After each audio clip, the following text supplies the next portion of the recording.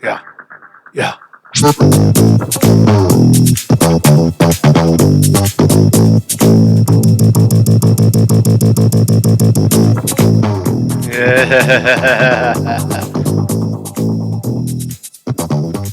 Let's go.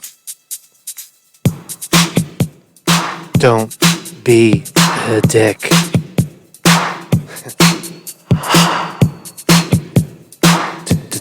Don't be a dick.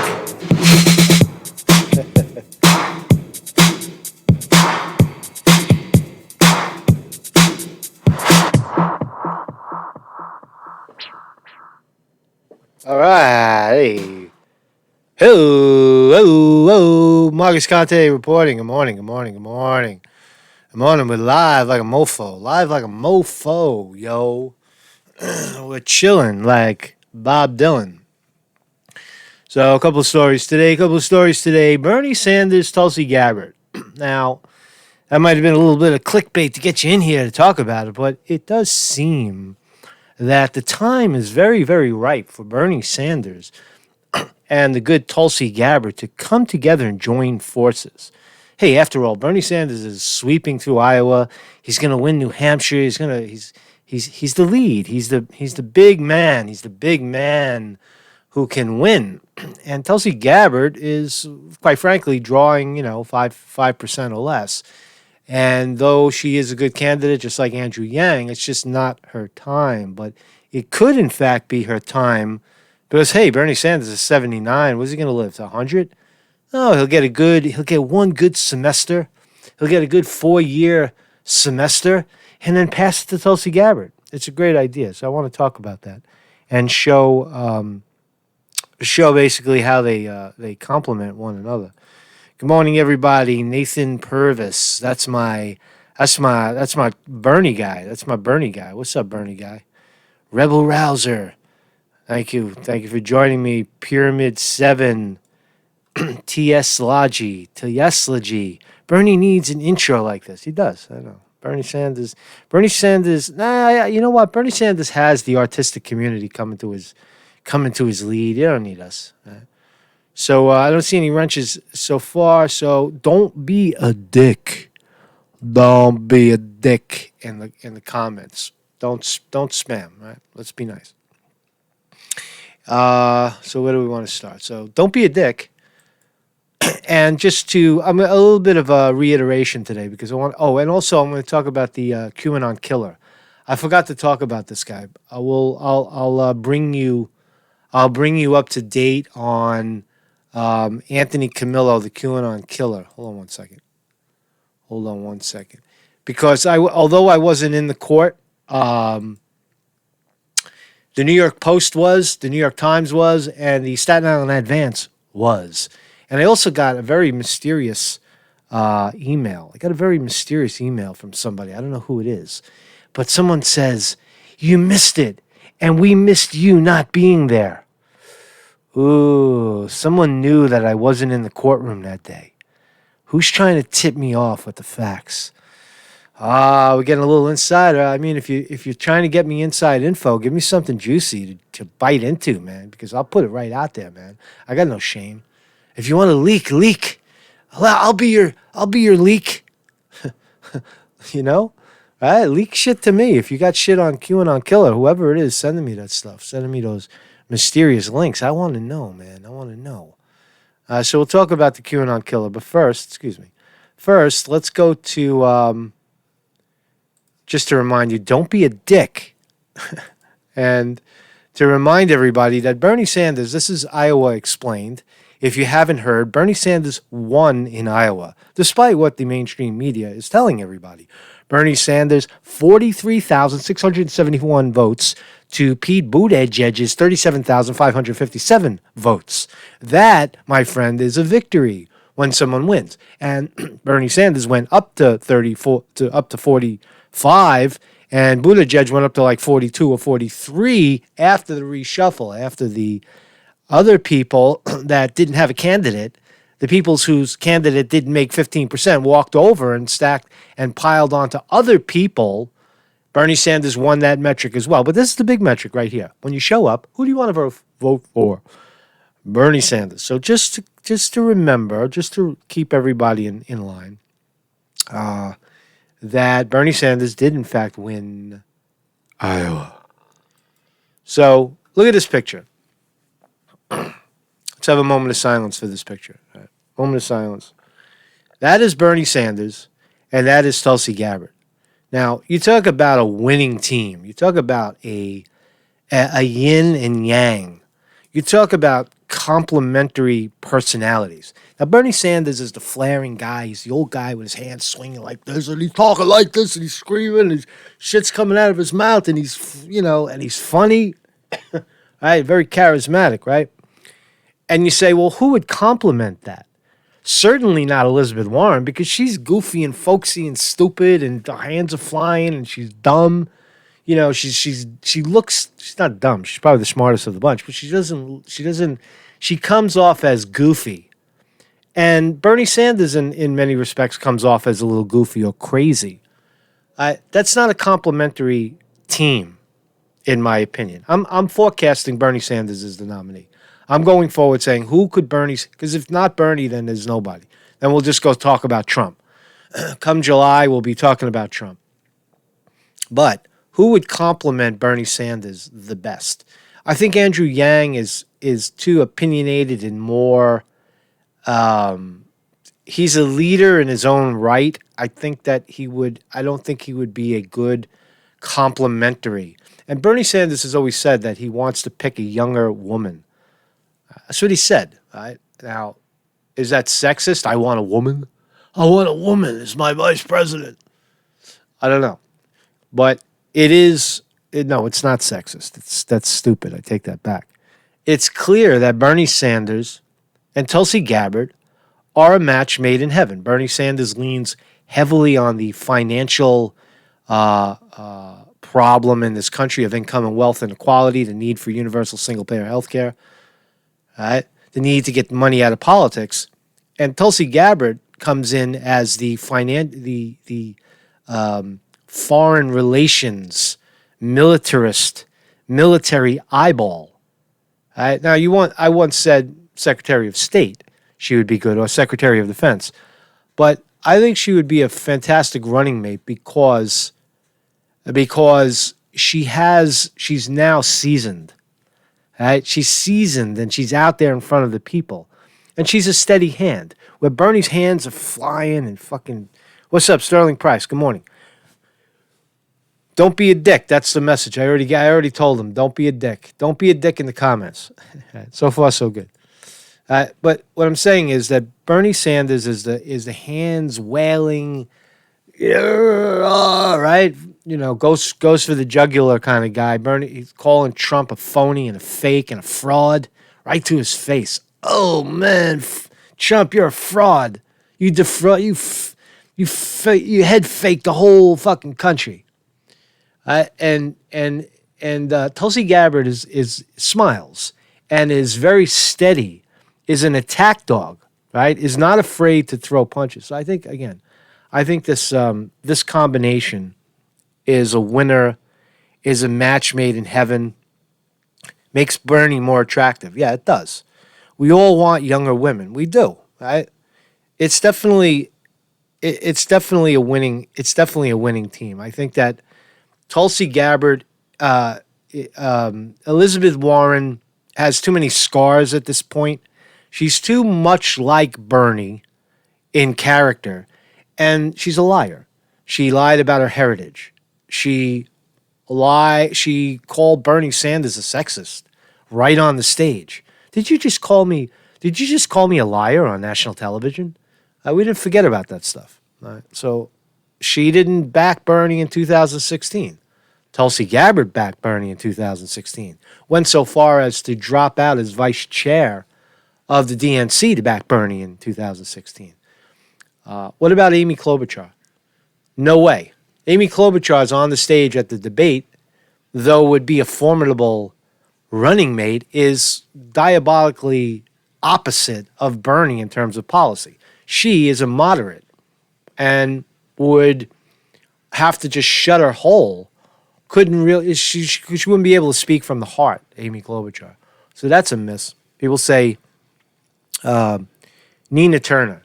Nina Turner is Bernie Sanders' number one surrogate. I don't know. I think she's more of a crowd rouser.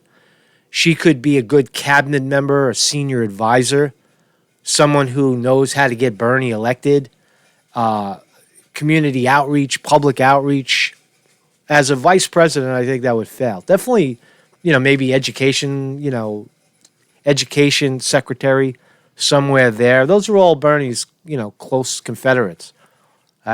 Cornel West, don't rule out Cornel West. Dr. Cornel West from Princeton, the intellectual from Princeton, as getting a cabinet seat as well.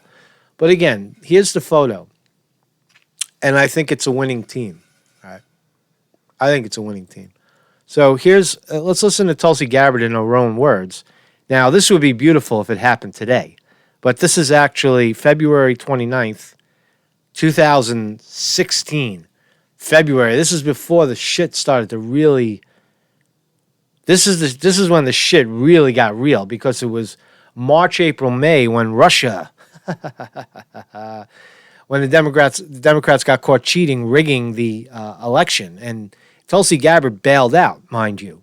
All right? The shit started to hit the fan on Russiagate April, May, June of February of 2016. And Tulsi Gabbard came out and said, I'm out of here. I'm out of the DNC in February of 2016. So way ahead of the curve. Honest broker. Let's talk about it. Aloha. I'm Congresswoman Tulsi Gabbard. As a veteran of 2 Middle East deployments, I know firsthand the cost of war. I know how important it is that our Commander-in-Chief has the sound judgment required to know when to use America's military power and when not to use that power. As a Vice Chair of the DNC, I'm required to stay neutral in Democratic primaries, but I cannot remain neutral any longer. The stakes are just too high. That's why today I'm endorsing Senator Bernie Sanders to be our next President and Commander-in-Chief of the United States. We need a Commander-in-Chief who has foresight, who exercises good judgment, and who understands the need for a robust foreign policy which defends the safety and security of the American people, and who will not waste precious lives and money on interventionist wars of regime change. Such counterproductive wars undermine our national security and economic prosperity. As these elections continue across the country, the American people are faced with a very clear choice. We can elect a president who will lead us into more interventionist wars of regime change, or we can elect a president who will usher in a new era of peace and prosperity. It's with this clear choice in mind that I'm resigning as Vice Chair of the DNC so that I can strongly support Bernie Sanders as the Democratic nominee for President of the United States. And now I ask you, stand with me and support Bernie Sanders. Okay, I'm with you. Now, Tulsi, that's Tulsi in 2016. She's a little more mechanical. She's a little less articulate back then. But now I think she's ready to go. Let's read some of the comments. I think it's a winning team too, Nathan Purvis. I agree. Asians are smart. That's funny because most Americans think all Asians are smart. And when you say Asia, what's Asia? Is Asia, the Koreans? Is it Japan? Is it China? It's a lot of Asians, a lot of different kinds of Asians. If you live in New York, you could tell your Asians apart. Most people can't do that, but think about it. There's a lot of smart Chinese that come into the U.S. And if you're young and you live in the city and you're in elementary school, you look at the Chinese kid next to you and they're smart because the smart kids get out. But what people don't realize is there's a lot of fucking dumb Chinese in the world, right? There's 1 billion Chinese on the planet, more. And I bet 90% of them are as dumb as a box of rocks. So that's a stereotype. All Asians are smart. Pat Hacker. Tulsi is too good for Bernie. He will just ruin her buzz. Pat Hacker, good morning, good morning. She talks too Hawaiian. I don't know about that. I think Obama had that same thing. I don't like when she says Hawaii. Yeah, you got to become more folksy. But again, as a VP, not as the leader, she could lead down the road. I think that argument will also be made. Can she be president? Can she step into the seat? Can she step into the presidential seat? Absolutely. Absolutely. After 4 years of more seasoning sitting in the VP desk, I think she would make an outstanding president. So no problem there. No problem there. So she's hot. Yeah, she is hot. She's 38, right? She's hot. She's young. She's hot. People like that, man. It's eye candy, right? Bernie, fuck wants to look at Bernie's old, his neck is hanging off, right? Some eye candy, right? It gives out there, gets a little huggy, kissy. I'm my vice president, right? Maybe gets a little tug and pull in the back. Who knows? Fucking, she's not married, is she? Tulsi Gabbard's single, man. Bernie Sanders is a hot to trot, right? You might get a little action there, right? So there's Tulsi Gabbard plugging Bernie, right? There's the steady, firm hand, and we've seen a lot more of Tulsi Gabbard since, right?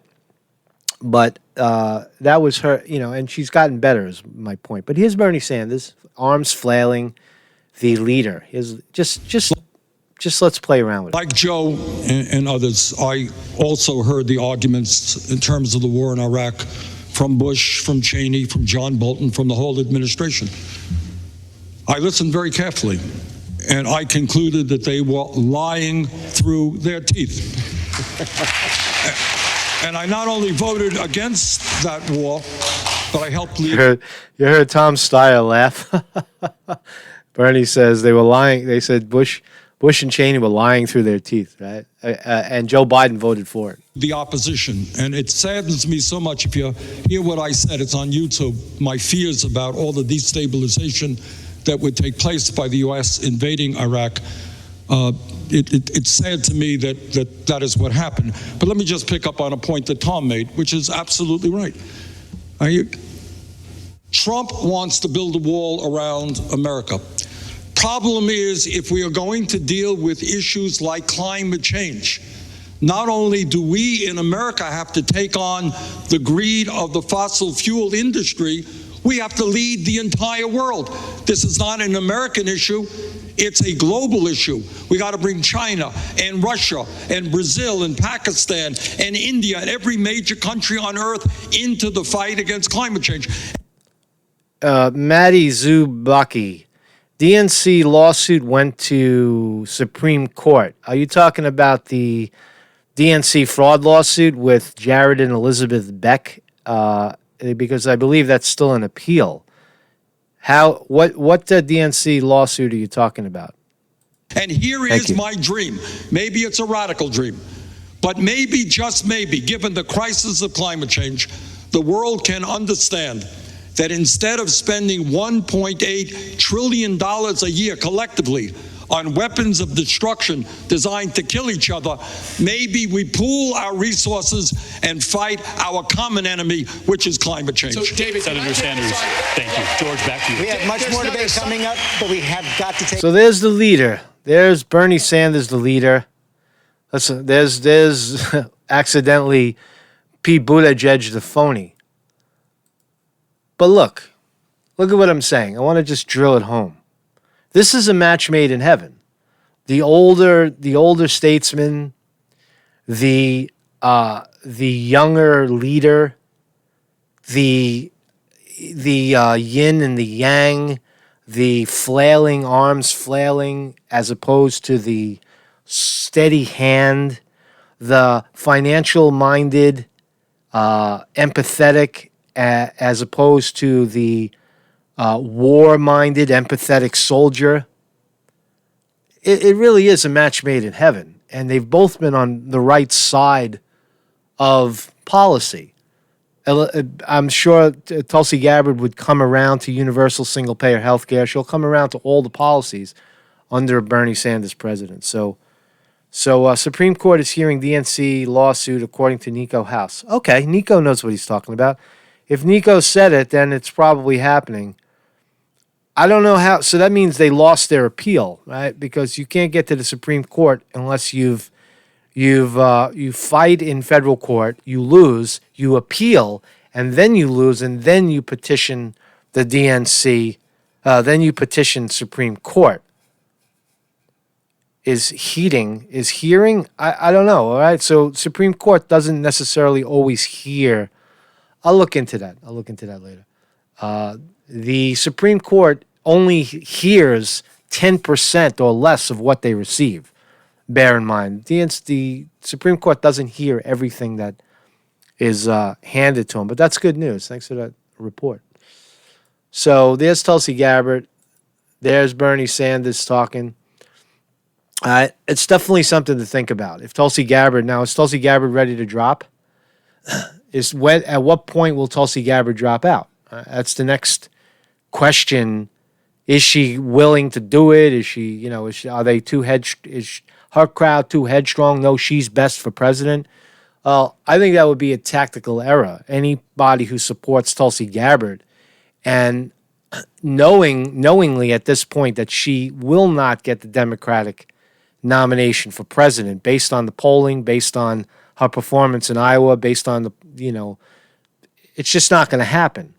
However, if she could be a shoe-in for the vice president and get that kind of exposure for 2024, you'd have to have your head examined to not take that opening.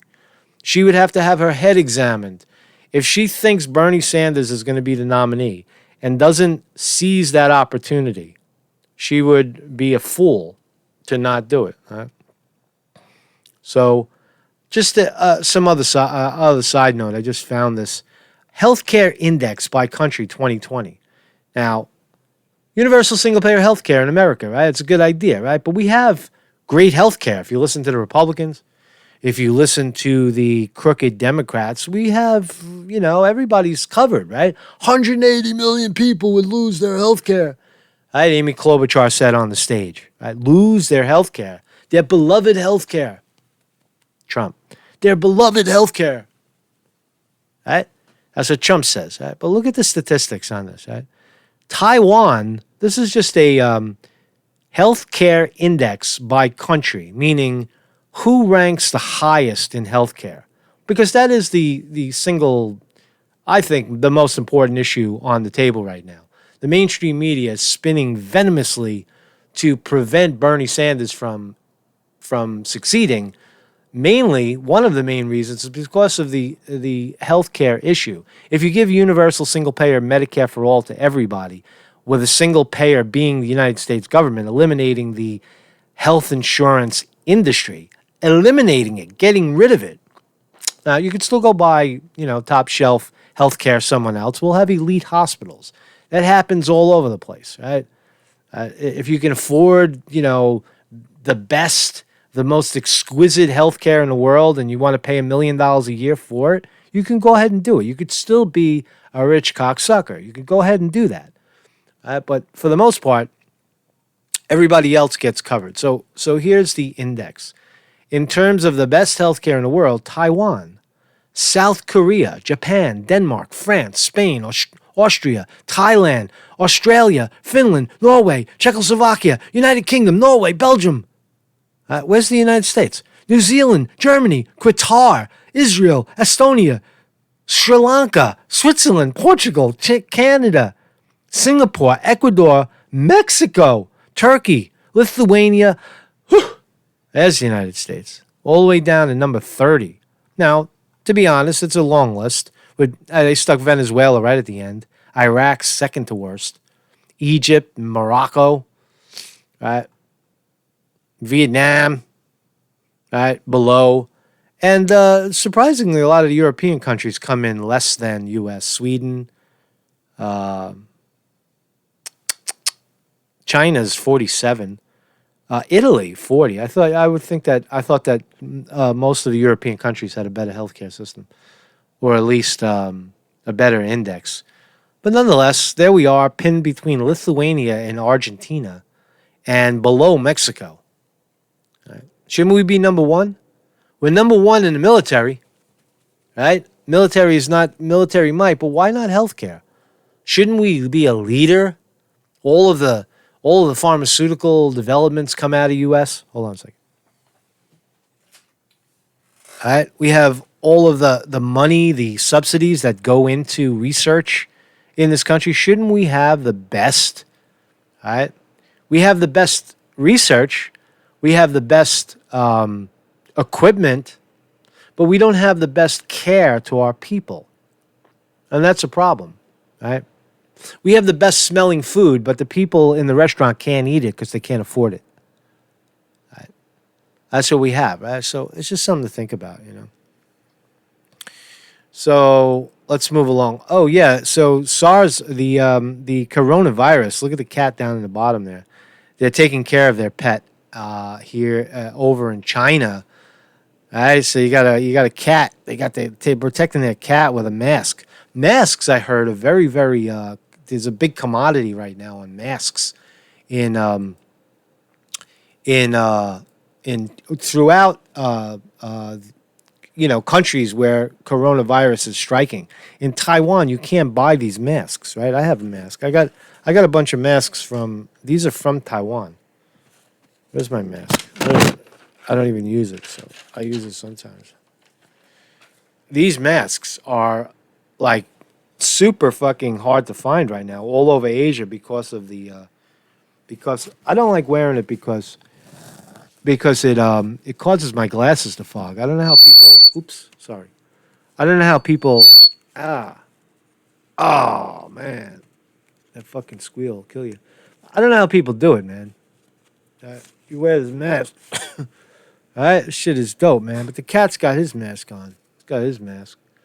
So let's look at some of the smears that are coming in from the right. This is I played a couple of these yesterday, but let's just play another one. This one is here's the biggest one. Here's Joy Reid and what's his name? Chris Matthews on MSNBC. Chris Matthews losing his mind over socialism. The Red Scare. The Red Scare. This happens every time. They pinned Obama. You remember Obama? Remember Tucker Carlson, the day Obama was elected? He was on the next day saying, socialism has arrived in America.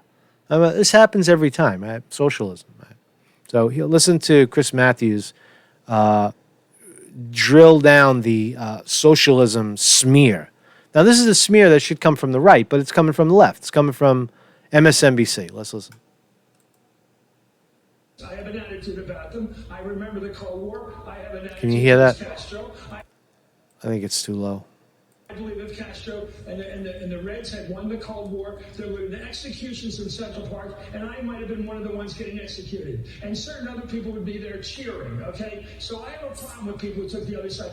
I don't know who Bernie supports over these years. I don't know what he means by social. 1 week it's Denmark. We're going to be like Denmark. Okay, that's harmless. That's basically a capitalist country with a lot of good social welfare programs. Denmark is harmless. It's pretty clearly in the Denmark category, yeah. Are you sure? How do you know? Did he tell you that? Well, I mean, that's what he says, and that's what his agenda calls for, right? He's not calling for Let's see. Let's figure that one out. It's just like a lunatic. Is that audible? Can you guys hear that? Give me a thumbs up if it sounds low on my end for some reason. But some of the remarks, there's the older person smear, their memory of socialism being something that's tied to communist Russia. It's just a scare. He throws up the Cuban Missile Crises, that if Castro would have, if was it Khrushchev or whoever was in who was the leader that was behind the Cuban Missile Crisis in Russia at the time. They lined up the missiles in Cuba under Castro, right? And that there's the communism smear, right? The communist smear. What the fuck does one thing have to do with the other? Right? He's saying that if Castro would have won, right, during Kennedy when they were pointing the missiles down the U.S.'s throat, and John F. Kennedy was able to defuse that, right? If they would have succeeded, then we would have been getting killed in Central Park. Listen to it again. Hard to hear. I know it's hard to hear, but anyway, that's what he said. Right? It's just a bullshit clip, right? So let's listen. Oh, here's I keep hopping on this kid because his whole claim to fame is numbers, is voting numbers. And I don't like to do smears. He's very popular. This is Satan. This is Styx Hexenhammer 666, the Satanist, the YouTube Satanist, right? Who appears very he appears very intellectual. He has a lot of following, but he leans heavily on the right. And he's nonstop smear on Bernie Sanders. Right? He's from Vermont. Right? He's actually in Vermont. And it's important to, he makes a prediction here, and he says that Bernie Sanders can't beat Trump. Right? Bernie Sanders will lose to Trump. Trump beats Bernie Sanders. That's his prediction here. And I want you to listen to his rationale. Listen to his rationale. I don't know. Sanders, at the end of the day, is an old dude with heart issues and a socialist. Old dude, right away. He dives right in. He's attacking Bernie Sanders, old dude with heart issues. He's a socialist, right? The socialist smear. You hear Chris Matthews, the subtle smear, the fear. Oh, I lived through communist Russia, and now the new version of it, socialist. What does he mean when he says he's a socialist? This kid doesn't even know what it means. Sanders, at the end of the day, is an old dude with heart issues and a socialist. He doesn't have a strong platform and a good economy. He doesn't have a strong platform and a good economy. He's running almost entirely on wanting to change an economy that by and large is agreed upon by independent voters to work. That's a lie. It's not agreed upon by independent voters to work. It's not. The vast majority of people in this country are living in abject poverty. 50% of the country is living in abject poverty. 70% of the country doesn't have $1,000 to their name in savings. 1 in 6, 1 in 7 on food stamps.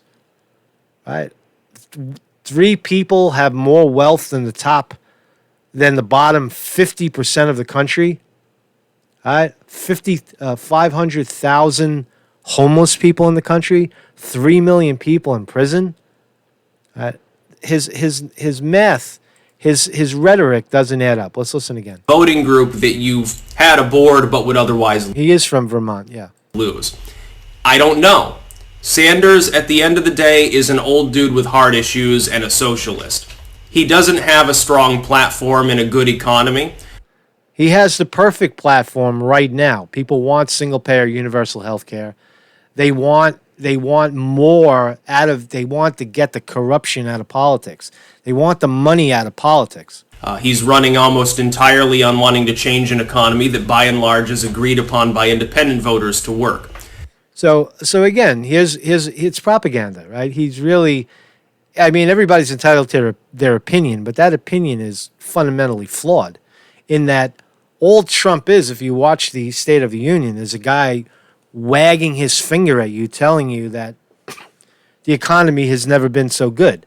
Blacks are working.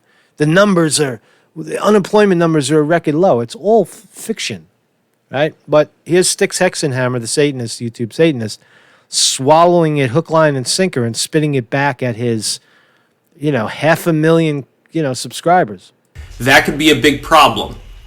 I am still of the mind that if the Democrats are insane enough to nominate Sanders, who, by the way, wasn't even a Democrat until recently. That's the other smear. He's not even a Democrat. So Six Hexenhammer 666 jumps on all of the right-wing talking points. Socialist. His economic policies are socialism, failed, failing, will fail. He's not even a Democrat. That's something that Joy Reid and the most obnoxious, most despicable, Hillary Clinton Democrats say. He's not even a Democrat. He's running in the Democratic Party. But then he goes on to tout Mike Bloomberg, who is joined the Democratic Party to become mayor of New York. He's been a Republican. He's whatever you want him to be. He's nothing or everything, Mike Bloomberg. Let's listen a little more. Sanders isn't a socialist, I know, but they're going to keep saying it, over and over again. So we got to diffuse it. They will lose the general election. No, I don't think that Bernie Sanders would win. In fact, I think he would lose by a very wide margin. I think that the Bernie Sanders revolution sort of... So there's his prediction. So in 6 months from now, Bernie Sanders rocks Trump's clock if he's the nominee. This kid is now on the record saying that if Bernie Sanders is the nominee, he will lose. Let's listen. I am still of the mind that if the Democrats are insane enough to nominate Sanders, who, by the way, wasn't even a Democrat until recently, they will lose the general election. No, I don't think that Bernie Sanders would win. In fact, I think he would lose by a very wide margin. I think that the Bernie Sanders revolution sort of thing begins to fall apart when it's exposed to the sanitizing sunlight of a general election full campaign. The sanitizing sunlight. The sanitizing sunlight of a general campaign. That's what he just said. Because people won't pull punches the way they have been. A lot of people in the Dem Party don't appear to want to spar with Sanders because they're afraid of his fans. Andrew Yang certainly doesn't ever... People are afraid of Bernie Sanders' fans? Or are they afraid of the truth? Are they afraid of people that are relentlessly firm and, unwilling to budge on the basic issues, the real issues that the billionaire class is ripping off the country? All right? Nobody wants to mess with that fact because that fact is true. All right? The truth. Truth. All right? That's what they're afraid of. Never want to say anything negative about Sanders. Practically sucks his ass. Tulsi Gabbard doesn't really want to go after Bernie Sanders. None of the lower candidates do. Klobuchar has never attacked him. The only time he's faced fire is from Warren fairly recently, and occasionally Biden stepped in because he's the front runner. Other than that, Bernie Sanders comes out smelling like a rose. Nobody's willing to point out the elephant in the room of his campaign, which is that you're running on a 99% economic platform at a time when most people believe. Now, they can get up on stage and tell their fans, look, I know that it's economic voodoo and the economy doesn't really work for the average American. But perception-wise, the perception is that it does. The perception is that the economy works for everybody. Where are you getting this perception from? From... more than half of the people watching the State of the Union, listening to the state of the economy as Trump says it, believe that he's inaccurate, that he's lying, that he's making the shit up. All right? So where do you get that perception? The perception in America is that it's not working. It's not working for all people. All right? So Bernie Sanders will lose. It's what they should come out and do. All right, so there is YouTube Satan Sticks Hexenhammer on the record saying that Bernie Sanders cannot beat Trump because his policies are not America's not going to like it. In a general election, is not going to like it. So here's some more smear. This I played the other day, this clip. But this is really good. Sleepy Chuck Todd and they go after, I forgot what this one is. Going back to this idea. The billionaire smear, right? That Bernie Sanders smears billionaires. makes them the enemy. Of you don't take money from billionaires. I think the challenge with the Democrats is that there's plenty of billionaires who are actually aligned with this whole proposal of what America should look like. Yeah, I don't Bernie think it's feels like he's alienating them. Right. Bernie feels like he's alienating the billionaires. I don't think that's actually effective because it creates. It's not effective. It's not effective, Maria Teresa Kumar. It's not effective to smear the billionaire class. Are you fucking kidding me? They're the ones. All you have to do is explain to the Trump people that. How do you think the deep state? Because all the Trump people, it's the deep state, the deep state. Cuomo, Comey, and McCabe. When you say those names, their tails wag. Comey, McCabe, Strzok, Page. You throw those names up, their tails wag. But you don't. When you explain to those folks the fact that the billionaire class is funding them, where do you think they get the bribes? Where do you think they get the money? Where do you think the influence comes from? It comes from the banking industry. The banking industry that has a license to steal. It comes from the corporations, the 10,000 publicly traded corporations that don't pay any tax and get all the laws in their favor. When you explain it to someone like this, and Bernie Sanders will do that standing next to Trump, when you explain it that the deep state is really the guys with the suits and ties up in the offices on Wall Street, right? Then you have an eye-opener, right? There's not an American that would. And thank you, Sterling Price, for pointing out, again, to come in, socialists should be proud, so we know who they are, right? That what? You're about to get timed out. But the point is that the socialism smear has been heard over and over and over again here on this channel and elsewhere. So you could say it once, get your dig in there, and then fuck off. Up every single morning that doesn't say I'm going to get up in the morning so that I someday either can be rich or my kid can be rich. So this whole misalignment that the Democrats have against the aspiration, it doesn't feel productive. Can I just tell you? No, he did. Right. This is what people forget about. I think Democrats blow this sometimes with, particularly voters of color, is not coming across as aspirational for personal wealth. Cory Booker. This guy is such a scumbag. This guy is like enemy number one right here. He's a vampire. He's a vampire. He's a $10 million a year vampire.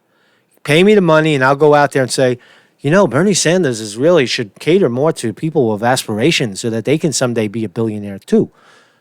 Don't blow their, don't look, people would rather, they fall for the illusion that someday they will be a billionaire. And they're comfortable with that idea more so than the fact that they can have a nice life.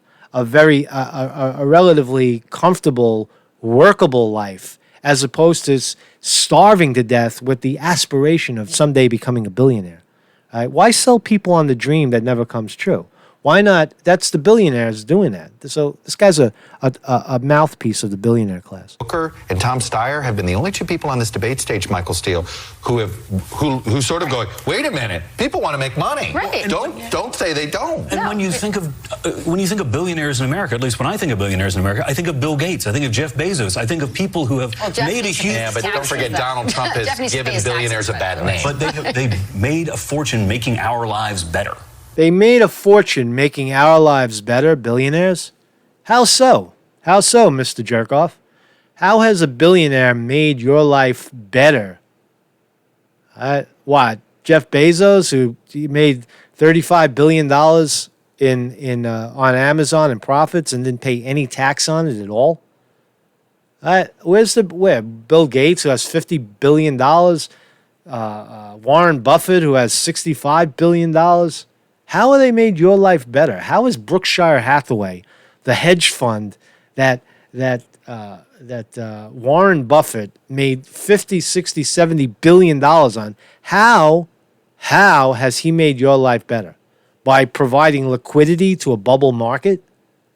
It's just stupid. It's just right. But the problem is Donald Trump. That's an illusion that the corporations trickle down. Still, it's heavily ingrained in the mainstream media. I wouldn't go that far. Donald Trump has given billionaires a really bad name. So I don't know. No, well, Some people see it, some people don't. I would actually say that it came off with Mitt Romney, right? People were trying to say that Mitt Romney was a problem because he was rich. That wasn't the problem. He just didn't connect with people. And I think that what we have to be very careful is that creating unnecessary class war when we have plenty of people who actually do contribute. The actual unemployment, Mike Flesher. So that's the billionaire. That's the billionaire smear. Employment is at a 50-year low. Unemployment rate is 3.5%, and there is 1 million more job openings than job seekers. It's simply not true. And if there are jobs open, they're low-income jobs. They're corporate jobs, 25 hours a week at minimum wage jobs. It's not gainful employment. And in a country with 330 million people, to increase the thing by 1 million more jobs is not even is a fraction of 1%. The number 3.5% unemployment is actually fictitious, right? It used to be 4.2, but the number itself is skewed because the number doesn't account for people who are stripped off of the unemployment rolls, who stop looking for work because they just can't find it. They work off the books, or they're just not even there, right? Or the numbers themselves are just like, yeah, we're just gonna move a couple of zeros. It's a bullshit number. Right? Real unemployment in this country is probably I research my what I say. So fuck you, okay? Fuck you. Goodbye. All right. So I gave him his answer. So what other smears? So here's the Bernie Sanders. This is where they're laughing behind his back. For the very strong victory they gave us at the Iowa caucuses on Monday night. Some 6,000 more Iowans came out on caucus night to support our candidacy than the candidacy of anyone else. And when 6,000 more people come out for you in an election than your nearest opponent, we here in northern New England call that a victory. I can't find that. Who called it? It's not on my. Didn't he tie with Mayor Pete, like the 37-year-old, not even anymore mayor? Watch these two homo fucks go at Bernie Sanders. Watch this. We're just going to talk about the smears. One more. This is the last video on the smears, and we'll talk about the QAnon killer, the riveting new information about the QAnon killer. So watch this attack. You know what's sad? Not to tar him with the same brush, but I mean that he's disingenuous, to say the least. He's not telling the truth. He's disingenuous. He's not telling the truth. Now, mind you, Bernie Sanders won the Iowa caucus. He got 6,000 more votes, and in the state delegate equivalent, it was fudge. Nobody knows how they calculate the number. This is bullshit. They both got the same amount of state national delegates, 11 and 11. So how did Bernie Sanders not claim victory? How could he not claim victory? Could you imagine if Pete Buttigieg would have edged out Bernie Sanders by 6,000 votes in the popular vote? These guys would be standing on top of their stiff dicks.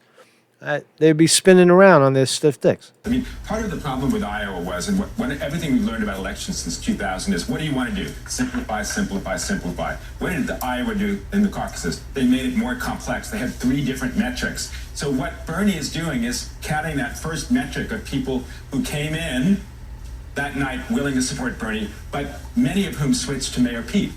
And there's the lie. There's the most profound lie of the season. He's saying that Bernie Sanders wins the popular vote, and then in the second recalculation, all of Bernie Sanders' people went over to Pete Buttigieg. That's just a total fucking lie. The people that went over to Pete Buttigieg were the remaining people in the room that their candidate wasn't viable, like Joe Biden, for example. He didn't get 15%. So listen to the guy lie one more time, and then we'll move on. Came in that night willing to support Bernie, but many of whom switched to Mayor Pete. Mayor Pete, she doesn't even flinch. There's no pushback. They just let him do it. My heart goes out to him because, having covered many Iowa caucuses and looked for that headline at 11 o'clock or midnight, he would have gotten these incredible headlines, the same headlines that Barack. How could, and none of them even mentioned the fact that Pete Buttigieg claimed victory with no results. Pete Buttigieg claimed victory in the election with no results at all. So, so Marcus Conte reporting. One second. So here is Anthony Camillo. Conspiracist accused in Gambino boss killing goes on bizarre courtroom rant. Now, this is good for all the LARPers and the people that follow that sort of online conspiracy stuff. All this whole cast of characters of people that are only important unto themselves. I'm not going to name any names. But there's a lot of online conspiracy theories. There's a lot of online conspiracy rabbit holes out there. And I've explored a few of them trying to understand the mindset. And to enter into a rabbit hole is to somehow become twisted into their sick story. Right? That's what they do. You're poking around and then suddenly you become a player, a LARPer, some sort of player in the conspiracy. They start to integrate your name into it, right? And as a content creator, it's one thing, but it also seems that people are victimized independently. And the theory is that, or the statement from Anthony Camillo, the guy who shot the Gambino crime boss with the Q on his hand, said that he was in fact a victim of online conspiracy theories. Q, right? He was following the Q boards, and that led him to kill the Gambino crime boss. Now, here's his hand. You remember his hand? And you read it. United we stand. MAGA forever. Q. I love you. All right? Patriots in charge. All right, there's the hand. That's what he flashed to the crowd. But yesterday he was in court, or 2 days ago. I wasn't there. And I told you I got a mysterious email. People that are following the story knew that I wasn't there and made sure that I got the information. So here is the information. Right? It's not inside information, but it's information. Right? So the QAnon conspiracy theorist accused of killing a mafia kingpin. Now, it's no longer accused, the New York Post. He said it. I was in the court. I watched a confessional video. He says, I shot him. It's not accused anymore. Ranted wildly in court on Friday about an alleged CIA program called Operation Mockingbird and possessing evidence of global crime syndicates. So that's very much along the lines of Q, right? Operation Mockingbird, if you don't know what that is.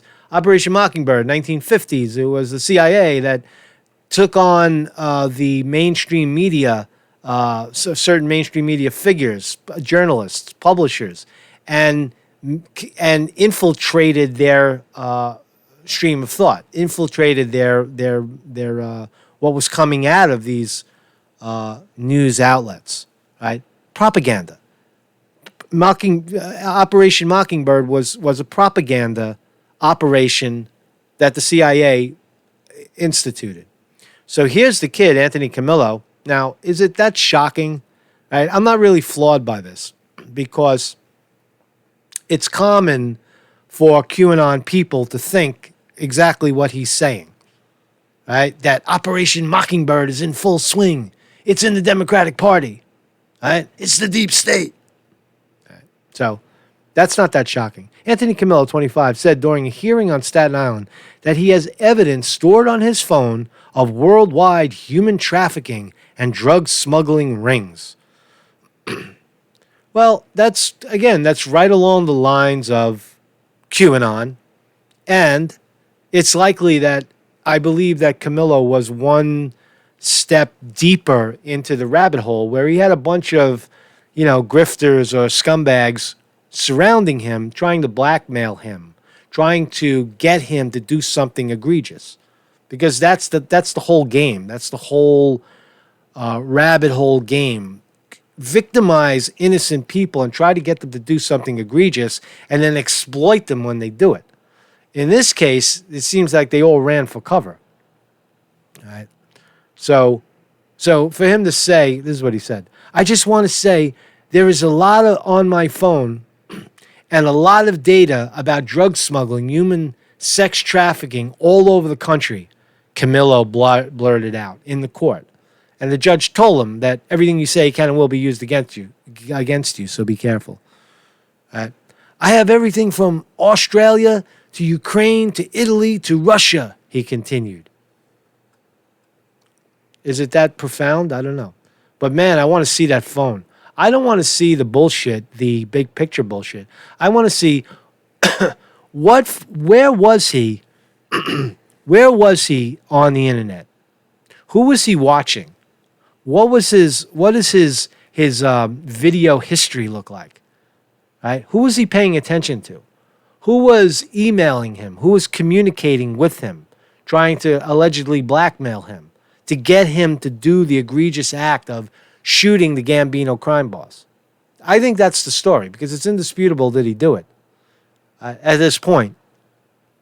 And it's kind of not believable that he was a hitman for the mob. That doesn't add up. Right? It doesn't add up. Right? So good luck.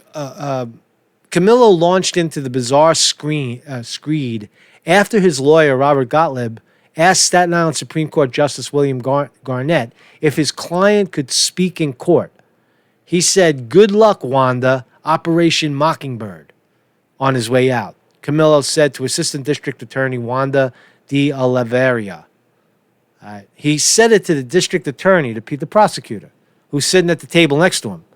He said, good luck, Operation Mockingbird. So, there's more. Camillo, who is pursuing an insanity defense, is accused of killing the 53-year-old Francisco Frankie Boy Cali in a brazen assassination in front of the purported Gambino boss's house in Toad Hill, Staten Island.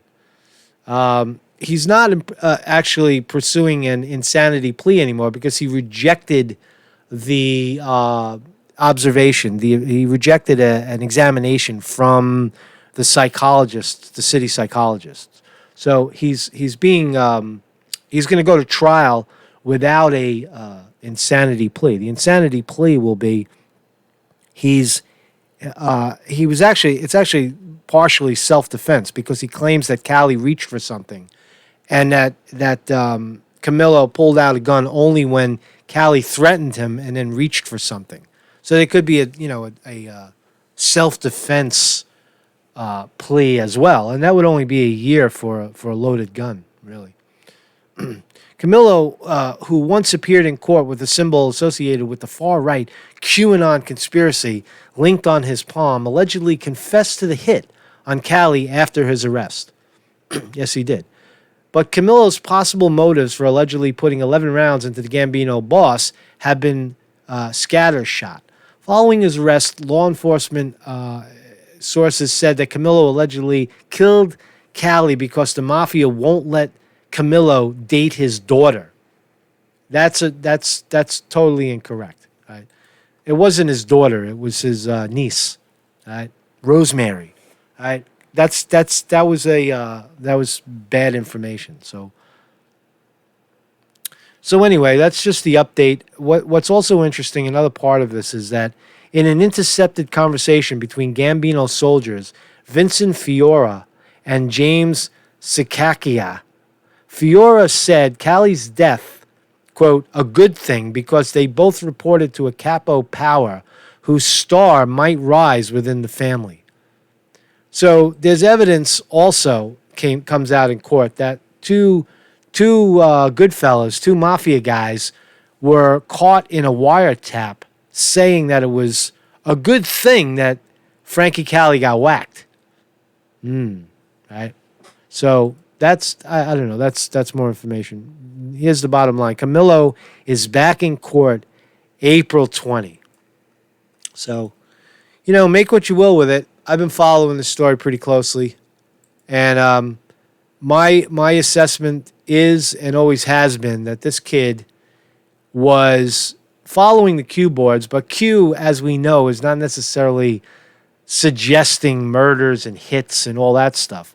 But the people that surround the board, the other characters, you know who they are, the types of people that surround these conspiracy boards and then prey on vulnerable characters like an Anthony Camillo. Right? So that's my ongoing belief in the whole thing. So there you have it, man. Mark's Conte reporting. Thank you for watching. Wow, I had 50. Don't be a dick. Thank you for not. I should get a. I'll make one. Thank you for not being a dick. Thank you for not being a dick. So, how about questions? Look up Operation Romeo. Operation Romeo. Operation Mockingbird is a real thing, though. Well, anything with the CIA is not really quite provable. And I know there's a lot of people on the right that believe it. I don't know. I don't have an opinion of it. Did Tony Soprano answer his own front door? I don't think he did. You'd be surprised, Sterling. These mobsters are not. They're so feared that nobody in their right mind would walk up into the front door and take a shot at the guy. Right? And the idea that he didn't have a firearm on him at the time is a little unbelievable as well. Right? So it's not that they're actually quite accessible. A lot of these mobsters, you'll see them walking around. I remember as a kid, they used to hang out on the corner and, in full view of everybody. They'd get out of their car. They'd go into the, cigarette store. They'd hang out in a restaurant, locals. They're not that unaccessible. They're actually very accessible because they're feared. Right? They're usually walking with a bunch of goombas, but yeah, you're right. Why did the guy pop the door open? It's a little suspicious, maybe. All right. What else? All right, I'm going to wrap it up here, man. I'm going to wrap it up. So, Mark's Conte reporting. And I'm going to take you out. I'll try to take you out a little bit. I'll try to make this not as painful. I know this might be painful, but for me, man, this is fun. I just enjoy doing this. I enjoy myself. It's the only joy I get out of life. Oh, yeah.